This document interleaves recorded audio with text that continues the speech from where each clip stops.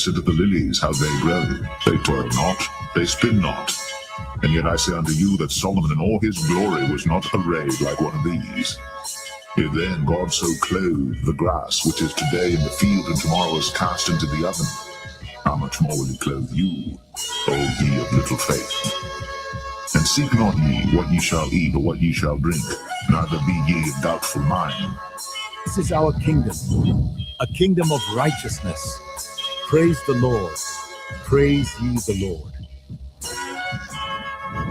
For all these things do the nations of the world seek after, and your Father knoweth that ye have need of these things.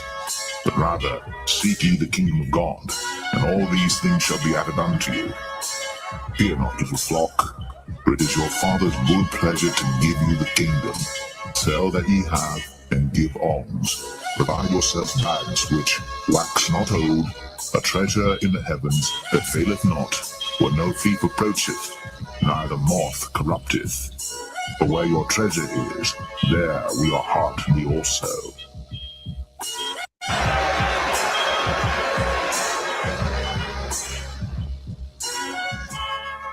To the kingdom of Israel! Yahweh, watch him! Yahweh!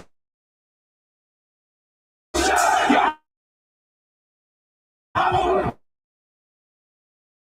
Watch him!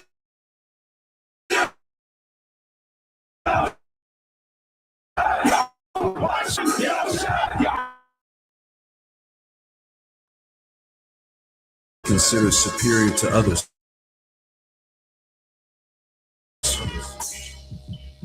A government by the best men in the state. A governing body composed of the best men in the state. We're about to have it all. All right? Psalms 37 and verse 11. It reads, "But the meek shall inherit the earth, and shall delight themselves in the abundance of peace." That word for peace in the Hebrew is shalom, which goes into safety, soundness in body, meaning we're going to truly have rest, welfare, health, prosperity, peace, quiet, tranquility, contentment. So we're going to fully enjoy the planet Earth. We're going to rule and exist within the Lord's creation as we were created to do. I'm ready to rule the world, man. How about you? Let the golden light of this sunset guide our hearts in peace.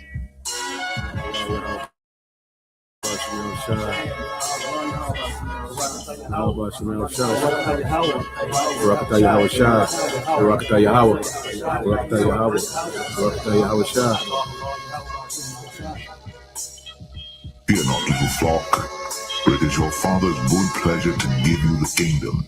Sell that ye have, and give alms. Provide yourselves bags which wax not old, a treasure in the heavens that faileth not, where no thief approacheth, neither moth corrupteth. For where your treasure is, there will your heart be also.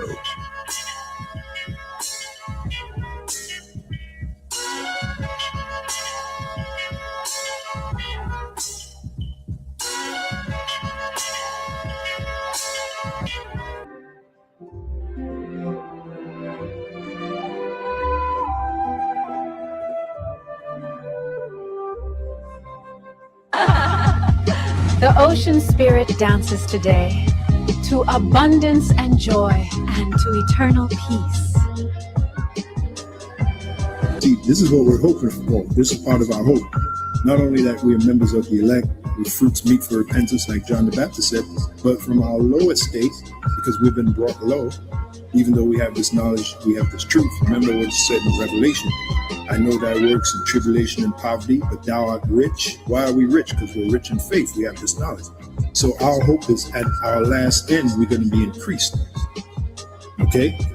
And if you ask me, the greatest riches right now is to be delivered by Yahweh Shai, is to get that new body that the Apostle Paul spoke about in 1 Corinthians 15th chapter, to get that, get that new body where we'll never be sick, we'll be immortals, like it said in 1 Corinthians 15, to be delivered from the coming destruction, and to be a part of Yahweh Shai's cabinet in the next kingdom. Okay, those are the real riches right now. That's what we want to get. Because if you get that, you got everything. I mean, you got everything. Okay, so our sights are set a lot higher than this present world. All right, as it is written, the fashion of this world shall pass away. We are individuals of vision, and the scripture said, where an individual lacks vision, he perishes. Okay, so we can see the future. All right, and we hope that we're going to be part of it, beginning with the elect.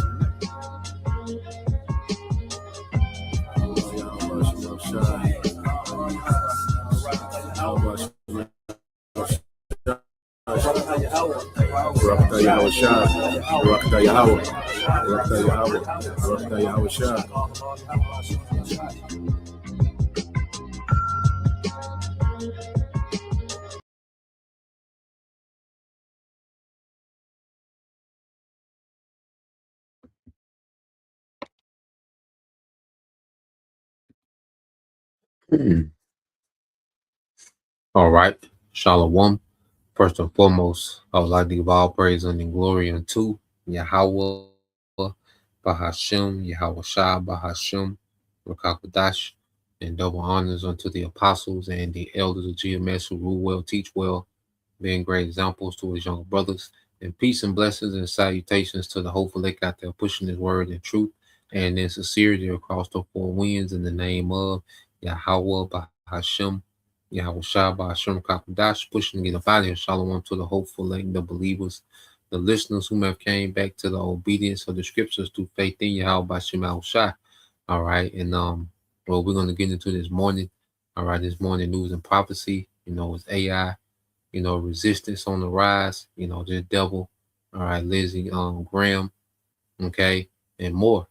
Okay, so we're gonna go into a few things this morning, dealing with, the AI resistance on the rise, okay, because you have this growing population, there's resistance, all right, there's resistance to Esau's technology, okay, his AI, his data centers, okay, his surveillance, the flock security, and it's just an overall, okay, uprise, okay, it's an uptick on resistance to these things.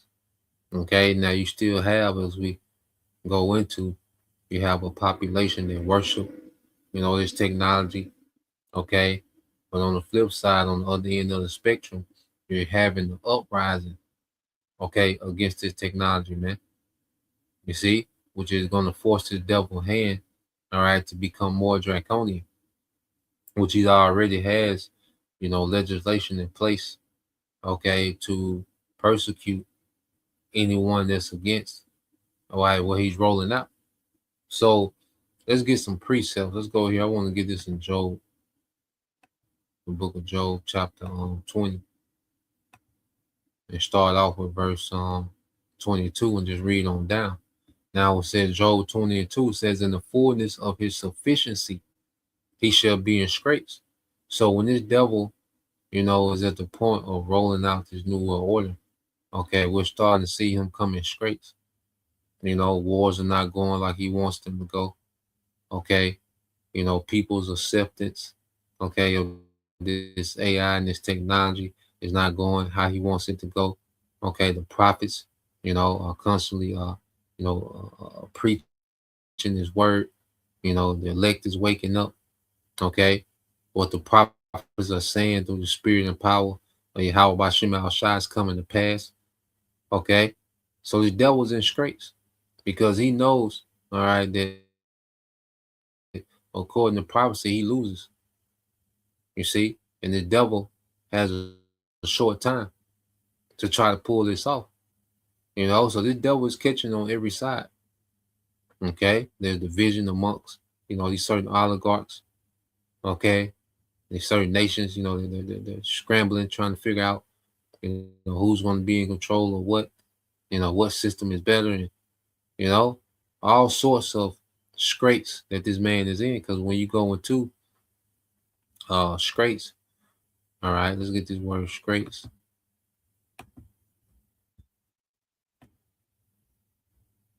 See, Esau, Edom, the Lord will begin, to hinder this man in what he's trying to do. You know, so in the Hebrew is Yatazar. Okay. It says to bind, to be distressed, to be in distress, to be cramped. Okay, to be narrow. Yeah, because Esau doesn't have a lot of options on the table. Okay, with the American people, he's gonna have to bring about crisis. Okay, civil unrest. You know, to create desperation, to get compliance. You see, and it's gonna get to the point to where he's just gonna have to mandate this thing. All right, he's gonna mandate people to merge with this technology. Okay, and once he does that, this war, okay, is gonna get out of hand, and it's gonna destroy America. Okay, and the elite's gonna scary. You know, they're gonna be in those bunkers. Okay, and eventually they're gonna go into captivity. So this devil, he's in a narrow situation. He doesn't have a lot of options. Okay, he doesn't have a lot of space to maneuver because prophecy is on this nigga, so he's cramped up. Prophecy got this nigga cramped up. Okay, he's not in a comfortable position trying to roll out the new world order. He's in distress. You see, it says to be narrow, says to be scant, to be in straits, to make narrow, to cause distress, to besiege. See, prophecy got this nigga surrounded. Okay, you gotta deal with the prophecy of World War III. You gotta deal with the return of Yahushua. Okay, and you gotta deal with captivity, man. So prophecy got this nigga siege. You know, surrounded, man. There's no good option for Esau at this point. Okay, there's nothing good. The further he gets in this agenda, okay, the worse the options get. You see, so the Lord got this man in scrapes. Okay, so it says every hand of the wicked shall come upon him. Now, when you go into this word wicked in the Hebrew, I believe it's a amal.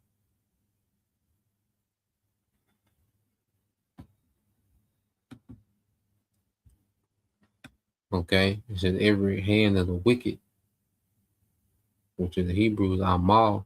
So you go into the wicked, it says what? A laborer, a sufferer, a wretched one, a laborer, a workman. You see, they're working class, man. Okay, so you have this uptick of the working class coming against this devil, man.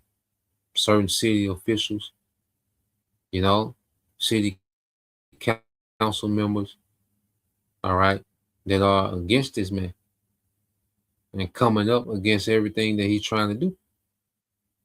Okay, you know, and then even these tech billionaires are able to override a lot of these city councils. Okay, they pretty much just bullying their way through these city councils. If they can't buy them off, they just bully them with an eminent domain. Because the devil, he's obsessed with trying to pull off this new world order, which the Lord has him on that time. Okay, because he has to get to a certain point before the Lord intervenes, which it speaks about that in this chapter. Job 20 and 23 says, when he is about to fill his belly, the Most High shall cast the fury of his wrath upon him, and shall rain upon him while he is eating. Yeah, so when this devil gets to a certain point, okay, which he's going to switch over the money, to a global digital currency. He's probably going to have this currency transaction. People going to be making transactions, okay, in this new system, and it's going to be like, okay, he's eating now. He's beginning to see his enterprise function. Okay, cash is going to be obsolete. The global economy is going to be operating under the new, let's say, digital system. Okay, so while he's in the midst of getting it up and running, okay, the Lord is going to cast out fury of his wrath, and that's going to be the nukes and return of Yahushua. Okay, because what we're seeing with this current war is going to go nuclear. We're going to see more nations begin to trickle in, and it's going to turn to a world war, and then eventually it's going to go nuclear.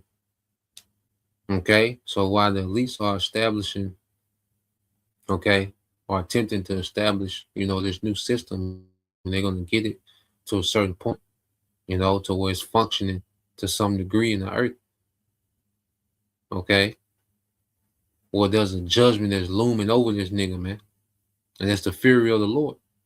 Okay, verse 24 says, he shall flee from the iron weapon, and the bow, or says, and the bow of steel shall strike him through. Yeah. So there's no escaping this. Okay, basically it's saying that he can't escape because it's like an ancient world, war setting. It's like ancient war talk, ancient battlefield talk. Okay, you might escape, the axe. Someone throw an axe at you, you might dodge it. Okay, but you don't dodge the next thing that's coming. And that just means that there's no escape from Esau's judgment, man. Okay, because they're not going to die in the missiles, but guess what? They're going to be snatched up and taken to captivity, man. You elites. You see? And for you everyday Edomites, man, over here in America, man, hey, you're just going to be eradicated by nuclear destruction. So there's no escaping the judgment that the Lord got coming to the masses, man. Okay, and you Edomites, all right, you're going to be put to death or go straight into captivity. Because you Edomites outside of America that survive, okay, this great judgment, well, your judgment is to go into captivity. Okay, and the rest of you heathens. Verse 25 said, it is drawn and cometh out of the body. Yeah, that's the missiles coming out the silos. Okay, yeah, the glittering sword cometh out of his gall. Terrors are upon him, man. So this nuclear destruction is going to destroy Esau's enterprise. Okay, what this devil is trying to establish with this new world order, well, this third world war is going to destroy every Edomite ambition, all his ambition for a new, all right, digital system, okay, to where he can play the most high with technology. Well, World War III, okay, is going to eradicate that, through nuclear warfare and the return of Yahushua, okay, with those chariots, man. You see? So this man's finna be in terrors. The man that has terrorized the earth is finna be in terrors, man. Okay, it says, all darkness shall be hid in his secret places. A fire not blown shall consume him.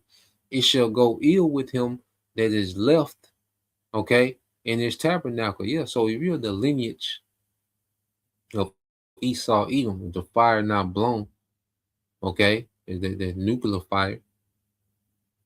You see, a casual rain is not going to put out the fire, okay, from the nukes. Okay, we know fire department, okay, to put that out. No, it's just going to have to burn out on its own. Okay, and it says it shall go ill, which is bad, with him that is left in his tabernacle. Yeah, so the lineage of Esau that survives, they're going to captivity. So your tabernacle, just like the tabernacle of David, okay, which is that, the family of the elect, okay, the tabernacle of David, because we're all part of the lineage of Abraham, Isaac, and Jacob. And the tabernacle of David is, the remnant of Israel that's going to be delivered. You see? And of that remnant, you have the joint heirs, the first fruits that's going to be part of the governing body with Yahushua.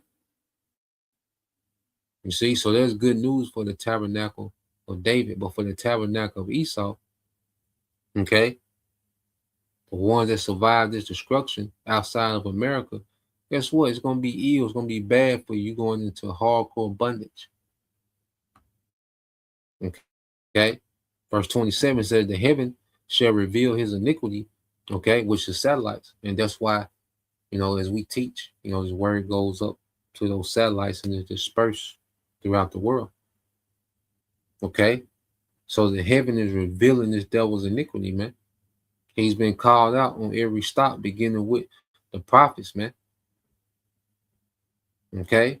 And we're going to see how the world looks at these Edomites in this day, man. You know, especially those of the upper echelon, man.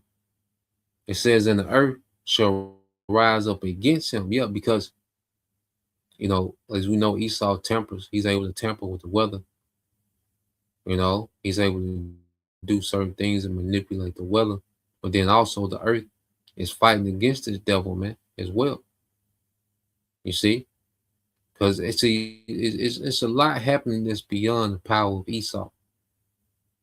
You know, there was a time you looked at the devil as being just having this absolute control of. No, man, it's a lot of things that's happening outside of the devil's control. Okay, he's able to control a lot and influence a lot that happened in the earth. You know, the Lord gave him particular authority and access, you know, to particular things. You know, and he's gone further than any heathen. You see, but there's a lot of things that's happening above Esau's power, man. Okay, outside of what Esau got going on. Okay, and the earth itself is fighting against this devil, man. Okay, it says the increase of his house shall depart, and his goods shall flow away in the day of wrath. Yeah, so all the true wealth that this devil has, it's going to flow into Jacob. You see, he's hoarded up all this wealth. Okay, talking about these elite families, these oligarchs. They have the true wealth of the world. Okay, and they just been storing it up, and it's going to flow right unto Jacob, man, unto the elect under Yahweh, man. You see, so this man, everything that this man has built up from the Renaissance until now, it's just going to flow to the rightful rulers, man.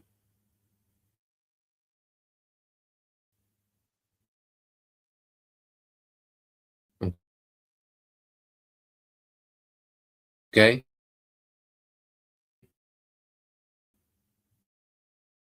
because the rulership of the earth is being transitioned. Everything that this devil has done has been for nothing. It's been for vanity. Okay, it's going to be a this nigga. This nigga has a very dishonorable name. Okay, you see, right now in his kingdom, you know, he honors, you know, these Edomites.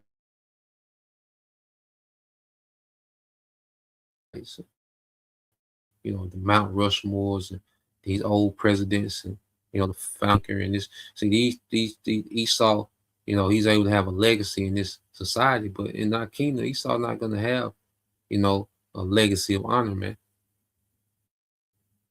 Okay,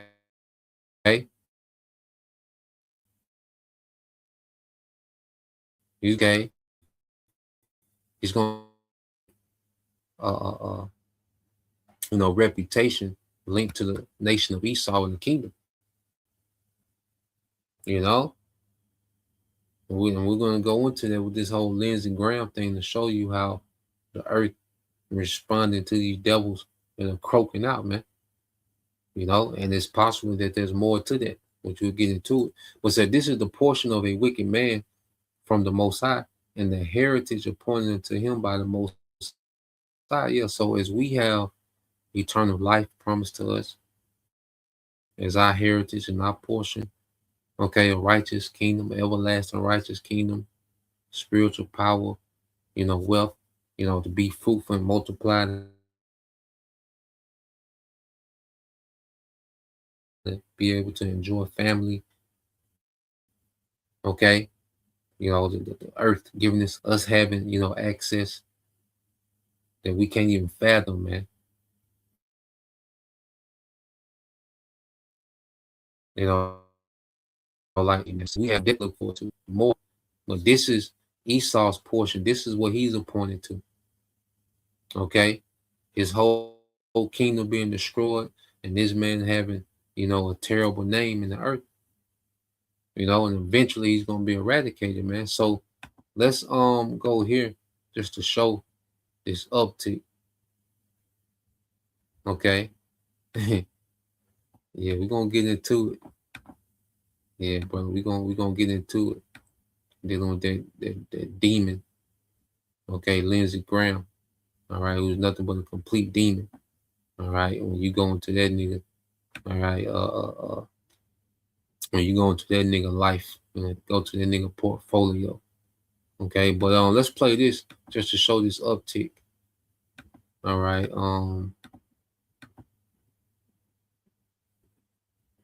so now as we know that there's been an uptick against the data centers in America, now they spread to Canada, man. Now they spread to Canada. So let's play just little clips of this and then segue to another video.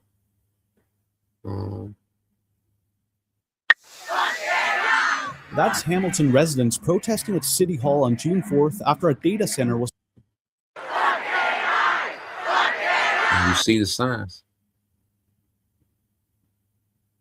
You see the signs. That's the sentiment towards what the devil is trying to roll out. Okay. That's Hamilton residents protesting at City Hall on June 4th after a data center was planned for construction in their city. Mega monster data center that was to be used for enterprise and commercial purposes. Their wording. Nick Sergis is on the Hamilton subreddit. I read it. I messaged my counselor. That was 2 weeks ago, and it's been a wild ride since then. The protests in Hamilton are now part of a fast-growing movement across Canada that's rising up against a wave of planned data center projects. Data centers are physical facilities packed with servers. That's the hardware that stores and processes the information that supports the cloud, the global finance system, and AI models. But the ones planned for Canada aren't just your average data centers. Reflecting the lofty ambitions of Carney's new AI for All strategy to massively expand investment in AI data centers across the country, those coming to Canada are a lot bigger. And that's raising concerns. For The Breach, I spoke with experts and people on the front line to understand what's happening. I found out. So let's go here. All right, because this is happening in Canada. So let's jump ahead a little bit to this guy. And it's just being called out directly. People are directly calling out what the devil is doing, what he's bringing. You see, they're calling it out for what it is. And if a brother can get that in Jeremiah 49 and verse 7 and verse 10, Bible Shah. Let's play this. Publicly owned AI. They're not trying to create AI. Not trying to create AI that actually is useful for immediately for problems. They're trying to recreate the empire building model of AI, which is to steal everybody's intellectual property, dump it into this globe-spanning training algorithm that just burns enormous amounts of fuel and water in order to get closer to some kind of AGI. And Carney believes in this stuff. That framing is being weaponized as an excuse to create domestically what we already have in the US, which is a billionaire-driven sort of tech oligarchy that is enabled by the government. Mark Carney is trying to create a homegrown tech oligarchy in Canada, but he's also letting the tech oligarchs from the US off the hook. For too long? Yep. So he's calling it straight out. So tech oligarch. It's a technocracy, man. Okay? So these things are being called out. It's becoming common knowledge what the devil is up to, man. All right? And the devil, this is why he's going to go all out to try to get back control over the narrative, because he needs people to believe a lie. He needs to believe that he needs people to believe that AI is some type of God, some type of all-knowing, all-powerful, all right, creation that they come up with. He needs people to believe that he's more powerful than what he is, that AI is more powerful than what it is. He needs that lie to go. And he needs people to believe that this technology is for their benefit. That it's some type of digital, Utopia, man. Okay, this is what he needs people to believe. All right, so we got another video. Let's get a few of these precepts. All right, this is the brother you call Hopeful 144, Jeremiah 49:10 says, "But I have made Esau bare, and I have uncovered his secret places, and he shall not be able to hide himself. His seed is spoiled, and his brethren and his neighbors, and he is not." So Esau is being made bare. You know, the Lord is laying Esau. Lord got Esau out there, man. You know, beginning with the ministry of the prophets. Esau was just out there bare now. Okay. Everything that he's doing is being called out, reported on prophets, man. All right, because we're letting you know exactly this is Esau doing this, you know. But on every level, he's being called out in some type of form, way of fashion. This man is being called out. Okay. So he can't sneak this, you know, utopia, you know, fantasy world, you know, technocrat. No, he can't sneak it in like he wants to. It's this fairy tale. He's gonna have to go draconian. Okay.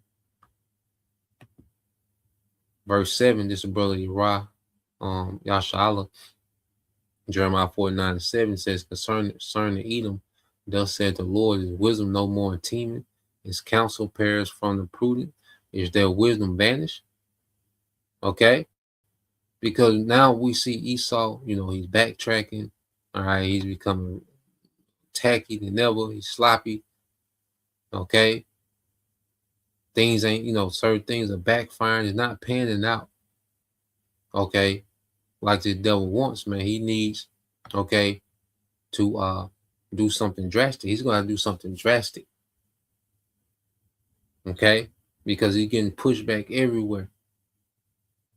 You see, on every level, like I say, in the spirit, you know, the prophets, you know, are breaking down the deceptions and lies. Okay. Shaking the hand every day. He got to deal with the prophets telling him exactly how this going to go. And it's happening exactly how the scriptures say it will happen. You see, he got to deal with that.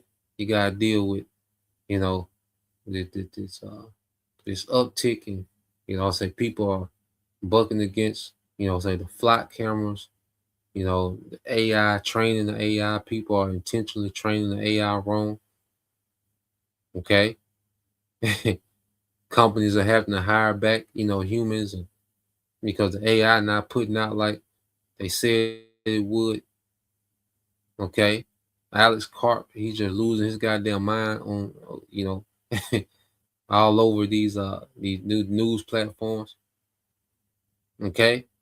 So the devil's gonna have to do something drastic, man, you know, to get this new world order to the next phase.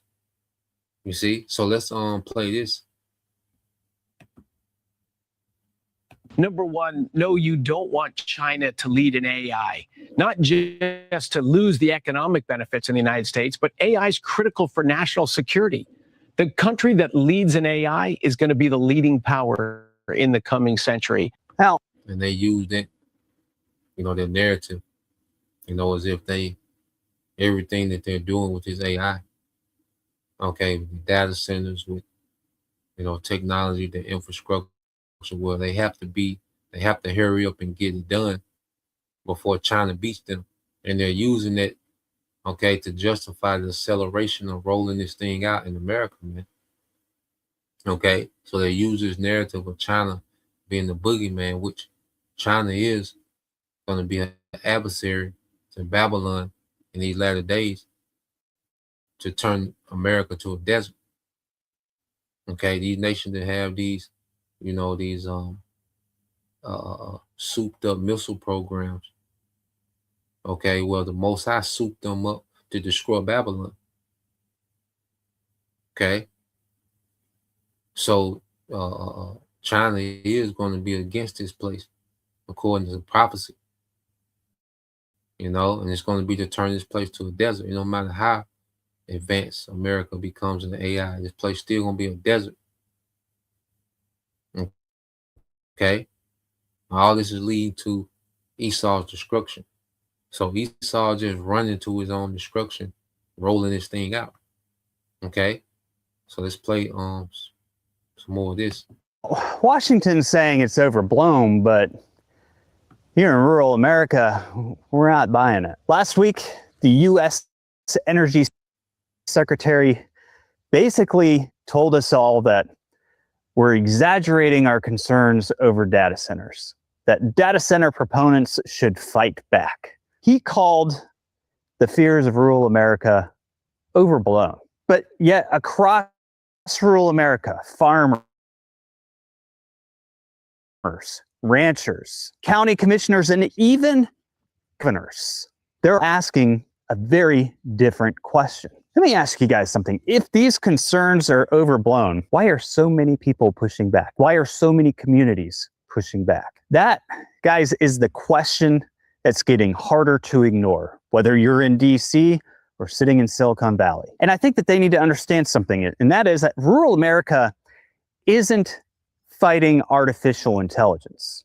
What they're doing is they're fighting to determine their own future, the future of the land, the future of their water resources. In that same week, Texas Governor Greg Abbott, who tried to make Texas the center hub for intelligence, massive data center expansions, piping billions of water across the state to feed these data centers. He's a longtime supporter of data center development, but yet he called for prohibiting the development of new data centers in rural areas of Texas. In his own words, pushing back against these AI data centers that are trying to build in our neighborhoods.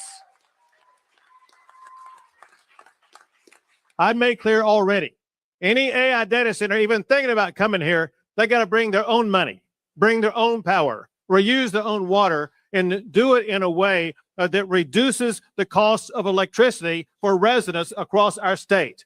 We must prohibit them from building AI data centers in rural Texas neighborhoods, and we must eliminate the tax break they are getting that must be responsible for funding their own projects here in Texas. We will get that done.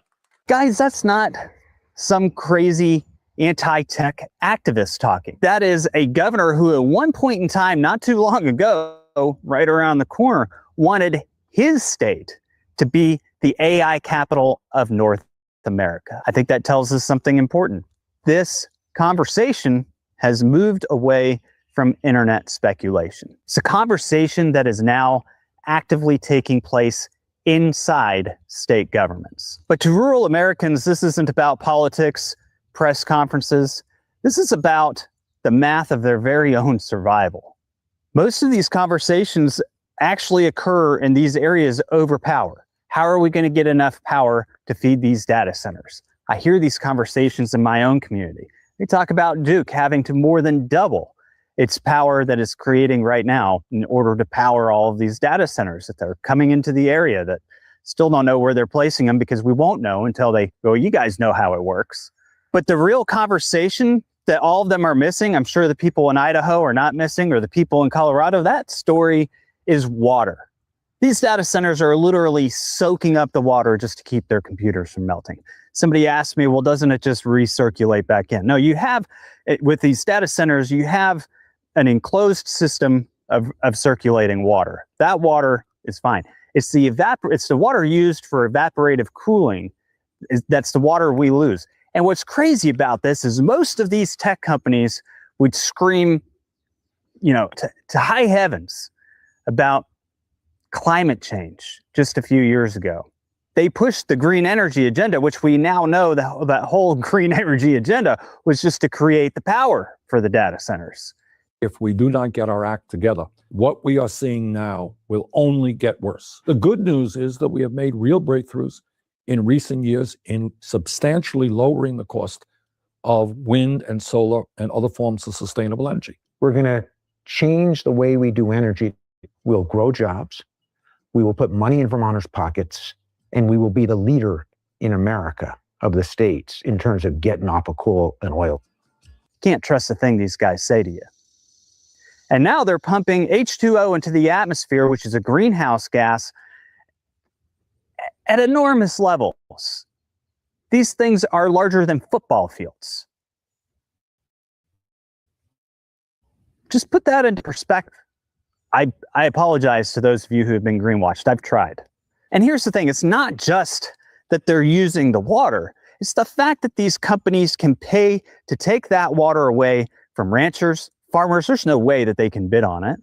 They can take that water away from creating the resources that you and I require to live. We don't require AI to live. AI can be fun. But you know, the images that we play with, the videos that we play with, that's a very small part of this puzzle. They don't need football field sized data centers for that. It's actually technology that's been around for a while.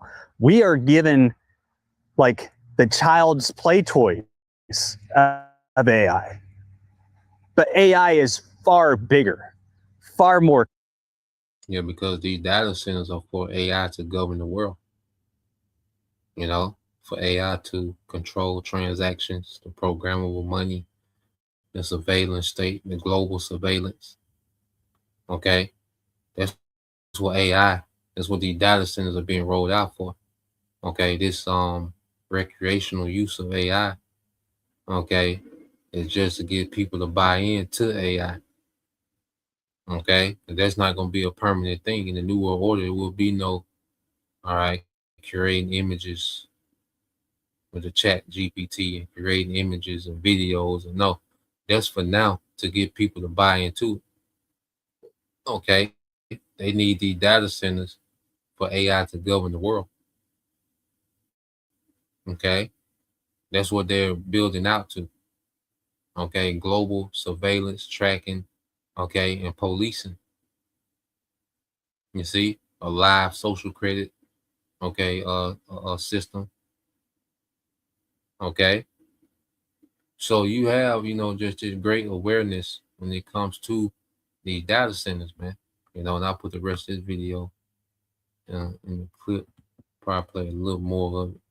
Okay, and then see with these politicians, a lot of these politicians, which we know, you know, when it comes to the president, you know, and certain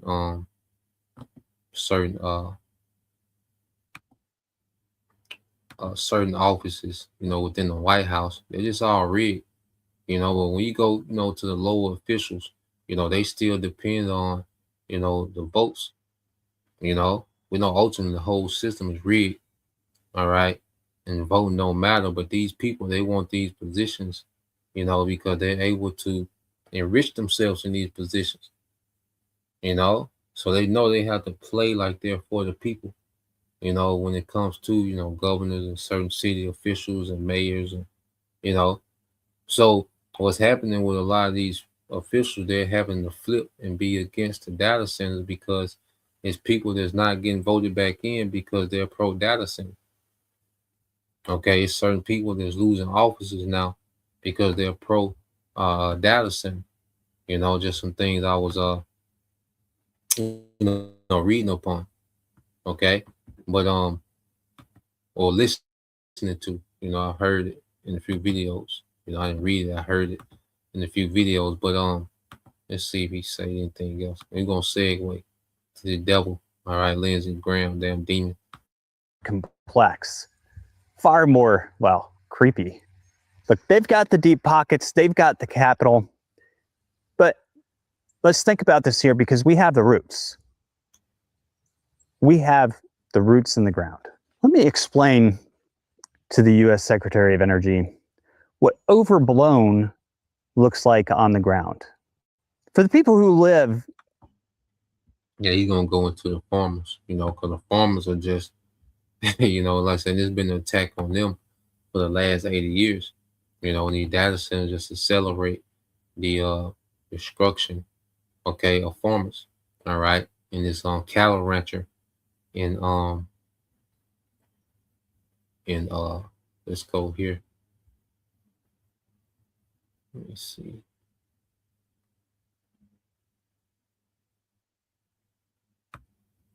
But you had these cattle ranchers in, I believe it was Texas, Oklahoma.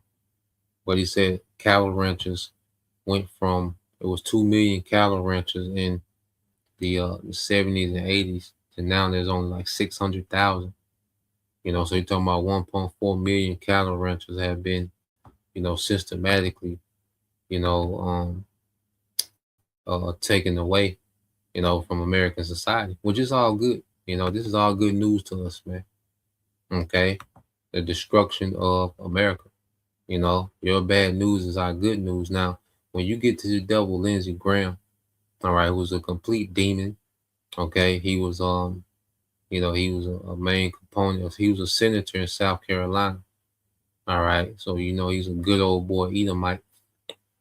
And, he pushed, for all these different wars because South Carolina is home to a lot of the weapons manufacturers. Okay, for the U.S. military. Okay, so he got a lot of money to South Carolina to those weapons manufacturers, which he's able to scheme off of. But ultimately he enriched himself through bloodshed. Just to sum it up, we can go into the details of that nigga story, when he's just a complete demon, all right, and warmonger. Well, ultimately he got rich off bloodshed. All right, he was all for any American war because it was going to enrich him. Okay, personally. You see? So yeah, let's listen to how people responded to the devil, man. Okay, so let's play this. Back in November of last year, Lindsey went to Kiev for 3 days for meetings. And published an expense report. True, Lindsey was staying at the penthouse in the Radisson, but for God's sakes, how expensive could that be? Well, over 3 days, Lindsey had spent $800,000. There's expecting the taxpayer to compensate him on $800,000. I guess the escorts are really expensive, and probably the Colombian marching powder is too. Whether Lindsey got was in that drone factory when it got whacked, we don't know, or maybe Lindsey picked up something else along the way. But yeah, you're probably right, because the media is he died from a short and sudden illness. Yeah, that's kind of heart attack. Yeah, short and sudden, massive cardiac arrest. Whether he died in the U.S. or not, I don't know. And Larry is right. The trip is pretty long. You're not flying out of Kiev. I guess he could have flown out of Kiev, but I don't think he did. Timelines don't make sense. But for the public in general, I guess they'll have to do. Did the world breathe a little fresher air and sigh a little lighter? I think it did. I think it did. Would it have been better if he'd become a good human being? Of course, it would have been better, and let him have a long life as a good human being. He wasn't going to become a good human being. He was a monster. He was happy to send anybody else's kids off to die because he was making money off of it. Did that money save him? No. Did that money save his soul? No. Did he take that money with him? No. Was that money worth it? I guess he has to decide on that.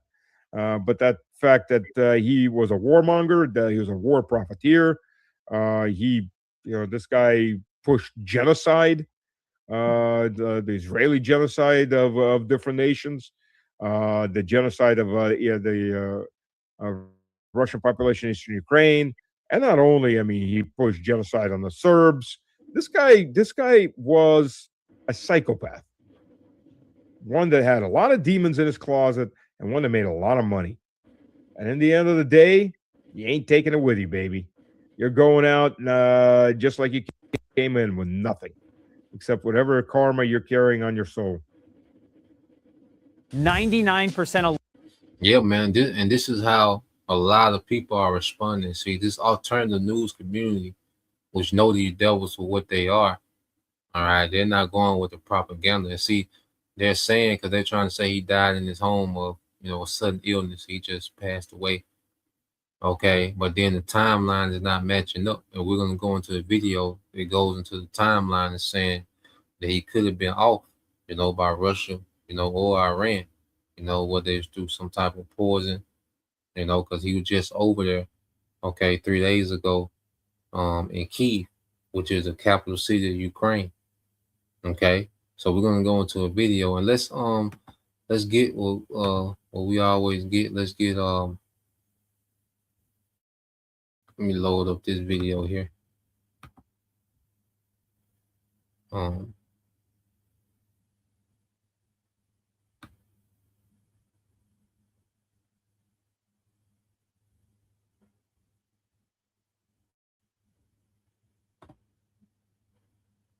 Where is it?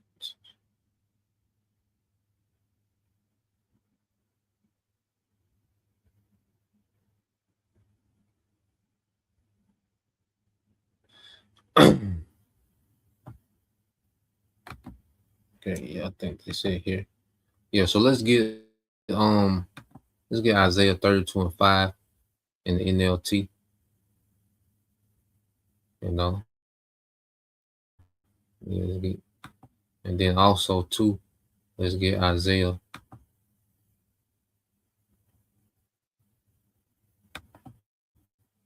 So let's get Isaiah 32:5 in the NLT. And let's get Isaiah chapter 2. Isaiah chapter 2. Let's see.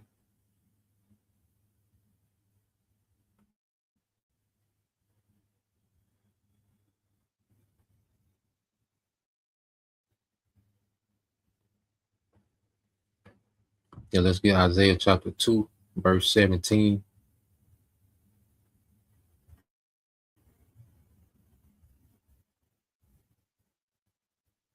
Yeah, Isaiah chapter 2, verses 17 through 22. Yeah, 17 through 22. And then let's see, I think that's in Job. The book of Job, chapter.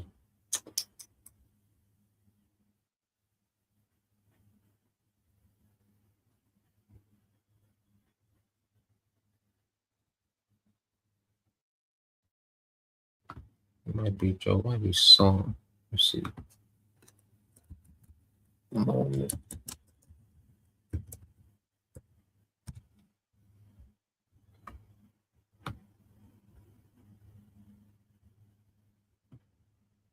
Yeah, Job 21 and 13. Yeah, Job 21 and 13, Bible shot.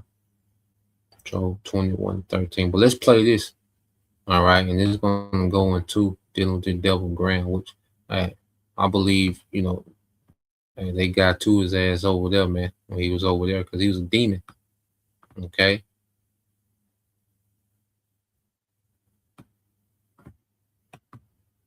Shattered this weekend with the sudden and shocking death. The political landscape of Washington, D.C. was shattered this weekend with the sudden and shocking death of Republican Senator Lindsey Graham, a man whose name has become synonymous with American military aggression across the globe. At 71 years old, the senior senator from South Carolina was found dead in his Capitol Hill home on the evening of July 11th after what his office cryptically described as a brief and sudden illness, and sudden. But for those of us who have watched this man's career with a mixture of horror and rage, this is not just the passing of a politician.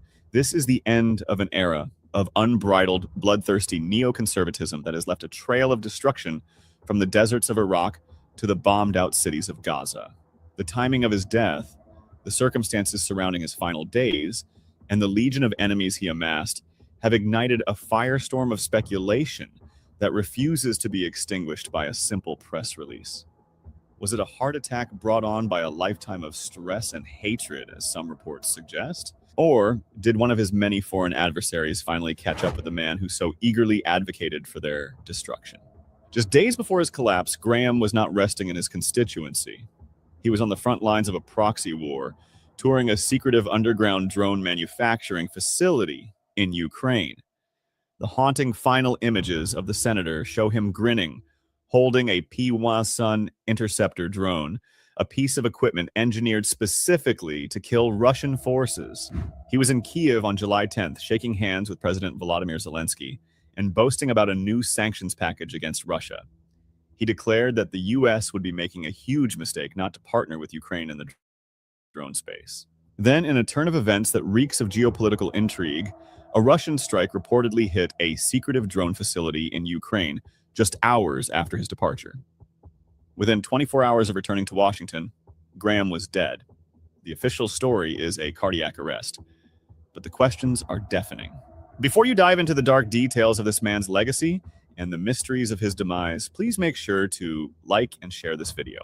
Drop a comment below, even just a dot, to help us overpower the algorithm. And if you value honest journalism that tells the truth about war and empire, please subscribe to this channel. We need your support now more than ever. Let's connect the dots that the mainstream media is too afraid to touch, because this story changes everything. The most immediate and explosive theory revolves around Moscow.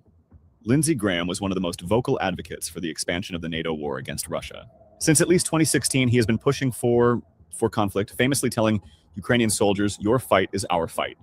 He envisioned the war in Ukraine as a mechanism to destroy Russia's military, crash the economy, and lead to Putin's downfall. He was the architect of severe sanctions designed to cripple the Russian state. Just hours before his death, he was in Kyiv negotiating yet another punitive sanctions package. It is no secret that Russian ultranationalists viewed him as a primary enemy. Consider this. Exactly 4 months ago, Alexander Dugin, a close advisor to Vladimir Putin, publicly called for Lindsey Graham to be flattened. Now look at the sequence of events. On July 10th, Graham tours a Ukrainian drone factory, a legitimate military target that is actively producing weapons to kill Russian soldiers. On July 11th, Russia strikes a drone facility in Ukraine. On July 12th, Graham is dead. The timeline is too tight. The coincidence is too glaring. If we are to believe that this was a brief and sudden illness, and we must ask, what illness strikes down a 71-year-old man with no prior health abnormalities within hours of visiting a war zone and angering the Kremlin? The speculation on social media platforms like X is rife with the theory of poisoning. Could the Russian intelligence services have administered a delayed acting agent during his time in Ukraine? It is a plausible theory. Russia has a documented history of targeting enemies on foreign soil with sophisticated toxins. For a man who was the primary cheerleader for arming Ukraine and inflicting a strategic defeat on Moscow, Graham presented a clear and present danger to Russian national security. His death eliminates a key drone factory visit, the immediate Russian strike, and the sudden death paints a damning picture that is impossible to ignore. But Russia is not the only player with a motive. In fact, the case against Iran is equally, if not more, compelling. Lindsey Graham was arguably the most virulent Iran hater in the United States Senate. He was a primary architect of the maximum pressure campaign, a vocal opponent of the nuclear deal, and a relentless advocate for bombing Iran back to the Stone Age. He called for the killing of Iran's leadership and openly advocated for military strikes against the country's energy infrastructure, calling it Iran's soft underbelly. He was a key supporter of the recent US-led war of aggression against Iran. The hatred between Graham and Tehran was deeply personal. Now consider the events surrounding the funeral of Iran's late supreme leader, Ali Khamenei. During that funeral, Iranian military operatives displayed posters calling for the assassination of Lindsey Graham and Donald Trump. These were not just random threats. They were public declarations of intent. Graham, ever the arrogant warmonger, mocked these threats. He posted a video of the protesters holding his picture and quipped, "At least they used a good photo of me. Judge me by my enemies." 5 days later, he was dead. Iran's state television openly celebrated his death, with anchors declaring he had gone to hell and calling him a child killer. An Iranian presenter was so overjoyed he said he had to read the news twice. If Iran wanted to strike a blow against the American empire and avenge the threats against their sovereignty, taking out Lindsey Graham would be a massive psychological victory. But how? The poison theory is again paramount. The Iranian military has a long reach and has proven capable of conducting sophisticated operations abroad. A slow-acting poison, administered during his travels would allow the perpetrator to escape while the target dies far from the scene. The fact that Graham was traveling, exposed to countless individuals in Ukraine and on flights, provides ample opportunity for a determined intelligence agency to make contact or compromise his food or drink. The motive is undeniable. Graham was the face of American hostility towards Iran. His removal sends a chilling message to other hawks in Washington. Push for war against Iran, and you may not live to see the consequences. Insert. Of course, we must also entertain the possibility that there was no foreign involvement, that this was simply the death of an old man. At 71, Graham was not exactly in the prime of his life. He was a workaholic, constantly on the move, known for sleeping very little and maintaining a relentless schedule that would exhaust a man half his age. He spent decades carrying the weight of his own wickedness. When you spend your life advocating for the deaths of others, when you slaughter of innocent women and children in Gaza, Lebanon, and Iran, that kind of moral rot takes a physical toll. The restlessness, the inability to find peace, the constant stress of maintaining a facade of power, these factors can indeed lead to a sudden cardiac arrest. Perhaps his heart simply gave out, unable to bear the strain of a life lived in service to war and death. But even if this is the natural explanation, it does not absolve him of his crimes. It merely closes the book on a life that should have been spent in prison, not in the halls of power. Let us be brutally clear about who Lindsey Graham was. He was a warmonger of the highest order, a relic of the Bush-era neoconservatism that destroyed the Middle East. He was a member of the infamous Three Amigos alongside John McCain and Joe Lieberman, pushing for the disastrous invasion of Iraq. He was a man who looked at the genocide in Gaza and saw an opportunity, not a tragedy. He supported the occupation forces unconditionally, opposing any reduction in military aid and claiming that to do so would invite divine punishment. He actively worked to shield the occupation regime from accountability for its grievous acts of international war crimes. He described the genocide in Gaza as a blueprint for future warfare. He pushed for the destruction of Hamas as a non-negotiable goal. His legacy is one of unmitigated disaster. He used his position as chairman of the Senate Budget Committee to funnel billions of American taxpayer dollars into the Israeli war machine and the Ukrainian proxy war. He was a key architect of the policies that have led to the current crises in the Middle East. He openly threatened to impose 500% tariffs on India and questioned Pakistan's credibility, all in service of his obsessive anti-Iran agenda. He was a man who turned fistfights into bombing raids. Now, what comes next? His seat in South Carolina will be filled, but likely by someone who is just as eager to please the military-industrial complex. The Republican Party in South Carolina is deeply pro-occupation. The successor will undoubtedly continue to support Israel and encourage foreign wars. The machine that Graham helped build does not stop with his death. But his passing is a symbolic moment. It is the death of a particular brand of American arrogance. The belief that America can bomb its way to peace, that it can shield its allies from justice while raining fire on its enemies. Lindsey Graham is gone, but the horrors he helped unleash are still with us. The wars he advocated for continue to rage. The blood is still on his hands. Even in death, we should not mourn him. We should mourn the victims of his policies. We should study his life as a cautionary tale of what happens when hatred, arrogance, and a lust for power are allowed to masquerade as leadership. He was a man who mocked his enemies and, in the end, whether by natural causes, Russian poison, or Iranian revenge, his enemies may have had the last laugh. The sudden illness narrative is a convenient cover for a man who lived a life that was anything but peaceful. The truth is out there, and as more details emerge, we will continue to follow this story. For now, we are left with a void that feels strangely like justice. My name is Stephen. Yeah, man. So you see, it's a celebratory spirit in the death of the demon, man. Okay, we'll just go here. And the brother got it.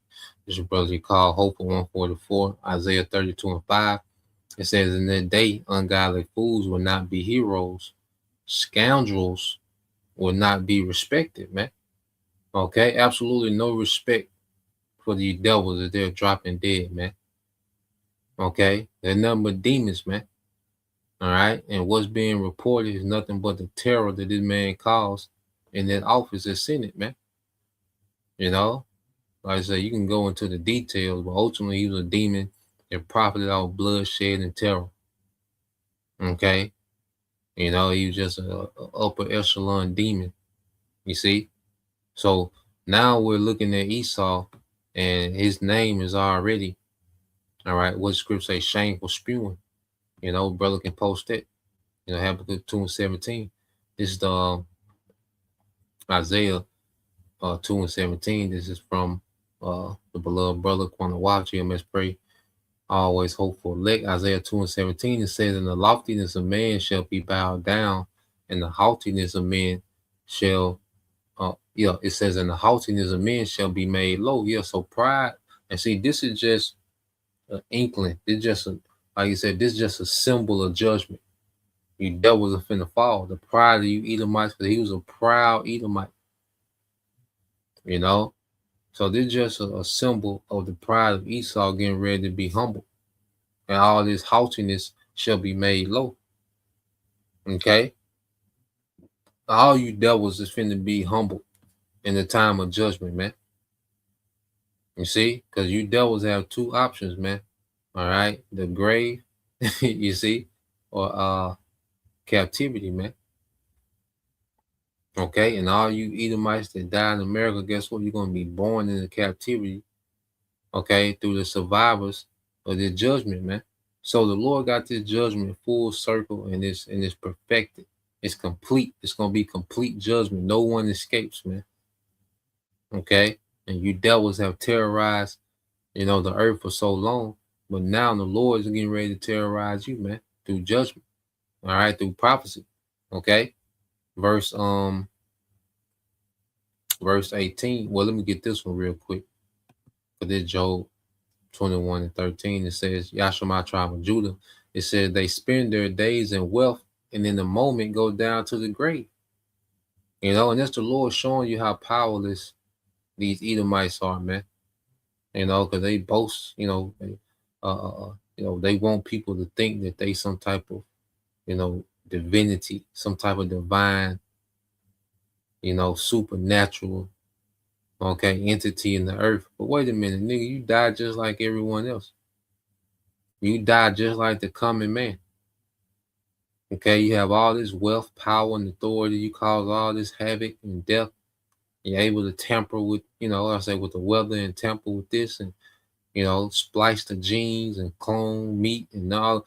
But then, wait a minute, you die all of a sudden like everyone else, man. Okay, and that's the Lord showing that these devils, okay, they're nothing but mere mortals, man. It's the power of the Lord that got Esau propped up. It's the power of the Lord on the left hand side that Esau has been given access to. Okay, but when the Lord can strip that power away in a sudden, and these niggas are nothing, man. Okay, so jump down to Isaiah chapter 2. Isaiah 2:18, it says, "In the idols," it says, "In the idols he shall utterly abolish." Okay, so the idols, okay, and the main idol now is the devil's AI. You know, AI is the main idol of Esau's kingdom. You see, he's investing everything into this idol of AI. Okay, but it's gonna be utterly abolished, man. Okay, at the return of Yahushua. Verse 19, it says, and they shall go into the holes of the rocks and into the caves of the earth for the fear of the Lord and for the glory of his majesty when he arises to shake terribly the earth. Yeah, these elites, these so powerful elites, okay, are gonna be what? Running and scaring, man. Wait a minute, I thought you was a power. Okay, I thought you can replace the Most High. You see, I thought you was a God. Was you running in the cave? Okay. See, the fraud is up, man. Okay, and you devils, the Lord is pulling your cards, man. Okay, Isaiah 2:20 says, "In that day a man shall cast his idols of silver and his idols of gold, which they made, each one for himself to worship, to the noise, all right, to the moles and to the bats, okay, to go into the cliffs of the rocks and into the tops of the ragged rocks, for the fear, okay, of the Lord Yahweh by Shem Al Shah, and for the glory of his majesty when he arises to shake terribly the earth. Yeah, because this nuclear destruction is gonna be rocking the earth to and fro. They're gonna be in them caves, they're gonna be in them underground bunkers, them underground cities, and the earth gonna be rocking, man. They're not gonna be in there chilling in them underground in them bunkers neither, man. The earth gonna be rocking, man. Okay, so they gonna be in there, they gonna survive, man. But hey, it's gonna be rocking down there, man. They gonna feel power in that day. They gonna feel what real power is in that day. Okay, not no blowing up cell phones and these little gimmicks that they be doing and boast like they got real power. No, they're gonna feel real power in that day. Okay, and this verse 22. It's an NLT. It said, "Don't put your trust in mere humans. They are as frail as breath. What good are they, man?" So yeah, Esau frail as hell, man. Feet fragile as hell, man. But got himself hyped up like he's gonna run the world. Okay, nah, man. The Lord finna really get active with Esau, man. He's gonna use Esau for judgment. On the left hand side. To bring about civil unrest, because Esau really got to do a number in America. It's really his last hoorah. The Lord's going to allow Esau, all right, to wreak havoc to American citizens, man. Okay? And then the Lord really going to get at Esau, man. So this Habakkuk 2 and 16, and brother Yashima, tribe of Judah, it said, "Thou art filled with shame for glory. Drink thou also, and let thy foreskin be uncovered. The cup of the Lord's right hand shall be turned unto thee, and shameful spewing shall be on thy glory." So shameful spewing shall be on thy glory. Okay? So this devil, he's paraded himself around the earth as the standard of righteousness and, morality. And nah, man, but when you really bring out the real behind, all right, these devils, you see, man, all these devils have a shameful spewing. Okay, have a shameful portfolio, man. When you go into the life of these Edomites, man. So yeah, that's the end. Yeah, I guess we'll leave it there. And also too, let me see before we close out. All right. And just real quick to this sister of all, Yahweh, it's a beautiful thing that you're watching and being edified. You're being consistent. Lord will, that you're learning, and the Lord have mercy on you. But on the comment board, you gotta stay in order. Outbursts, certain things, every thought that comes to your mind don't have to be a comment.